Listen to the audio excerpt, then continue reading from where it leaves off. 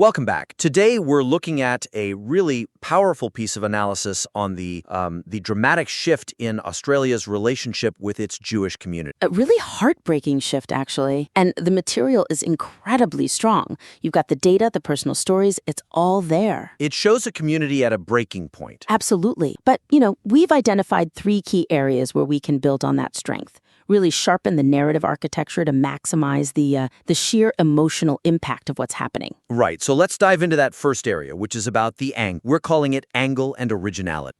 And while the material does a great job documenting the current crisis, we think the whole narrative would be so much stronger if it was really anchored in this idea of a paradise lost. I think that's the perfect phrase for it, because right now, the fact that Australia was this, genuine friend to Israel for decades, it just kind of gets dropped in. It's background detail. Exactly. You mentioned the 1948 UN vote, the recognition of West Jerusalem, all that, but it's presented too late or too quickly, and that really dilutes the shock of the betrayal that's happening now. It feels like an obligatory history lesson instead of the emotional baseline for the whole story. The contrast is what gives it power. That's the weakness. It makes the current crisis feel like it came out of nowhere rather than the collapse of something that was once really solid and frankly cherished. So the fix here, the suggestion, is to use that history as the immediate emotional foundation for the whole piece. Frame it as a fall from grace. Right from the very first sentence. From one of Israel's best friends to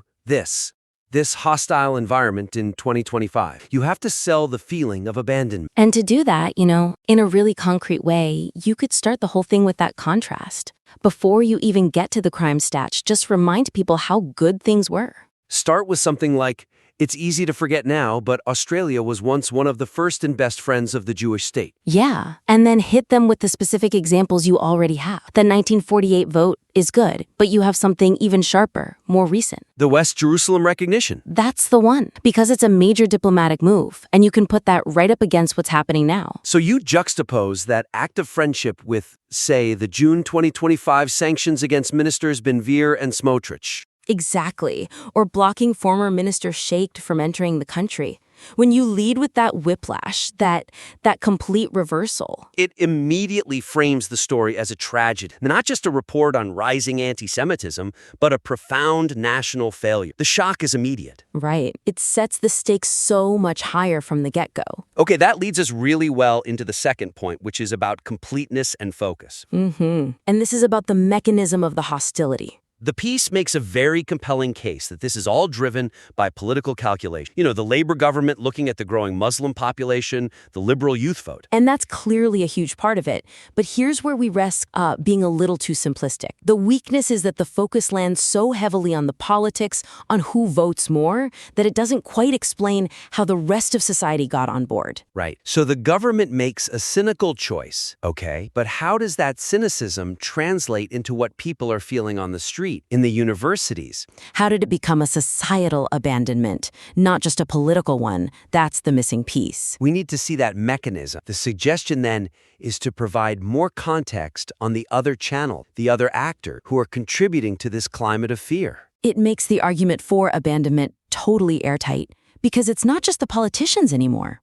It's everyone. And you have the data to do it. The numbers are shocking. A 316% rise in incidents, a 491% rise in physical attack, the childcare center being burned. So a concrete example here is to draw a much stronger line between those physical threats and this idea of societal abandonment. Why do these attackers feel so emboldened? You mentioned the pro-Palestinian mass demonstrations, hundreds in a single week. Where are they coming from? Are they just spontaneous? Or are there organized groups driving them? Who's funding them? Who's organizing them? Going into that detail takes it beyond just blaming a political party's strategy. That's the external pressure. But what about the internal response? Or I guess the lack of one? Exactly. You bring up these horrific events, like neo-Nazi parades in Jewish suburbs, or people openly celebrating October 7th in Sydney and Melbourne. So the actionable step is to detail the societal response to those specific things.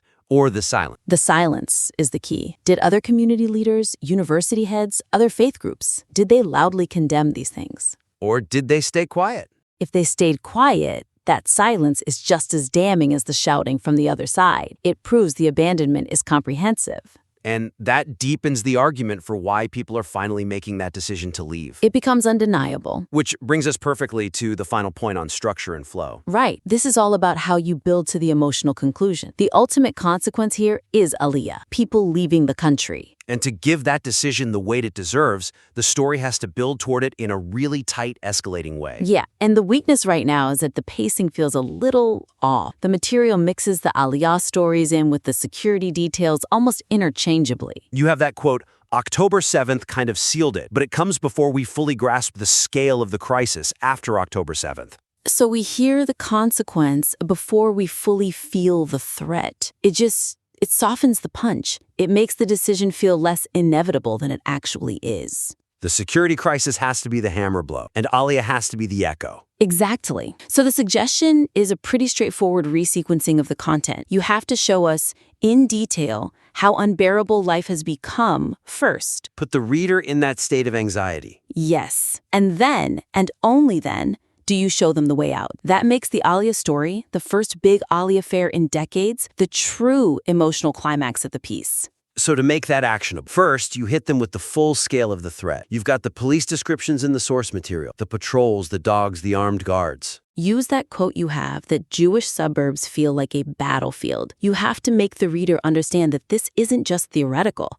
This is a daily, physical reality. Life has become an unbearable place. You establish that first. And then you bring in the personal stories as the immediate consequence. You can create a really powerful 1-2 punch. For example, you could place the story of the person getting those messages, you are killing children, being called trash, right before you describe the scene at that historic Aliyah fair. That's perfect. It creates this clear, gut-wrenching link from victimhood to action. It shows that Aliyah isn't some abstract political choice. It's the only choice left when your community has reached its breaking point. Yeah.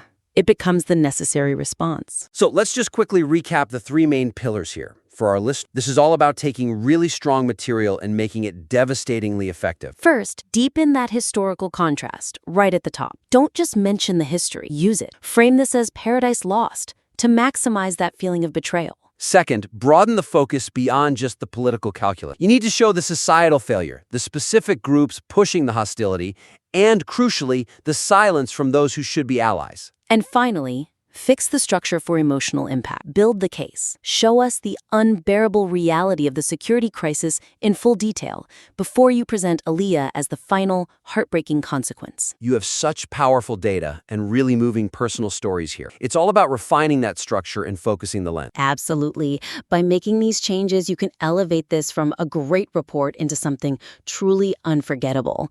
We really encourage you to implement these ideas and send the piece back to us. We'd love to see it.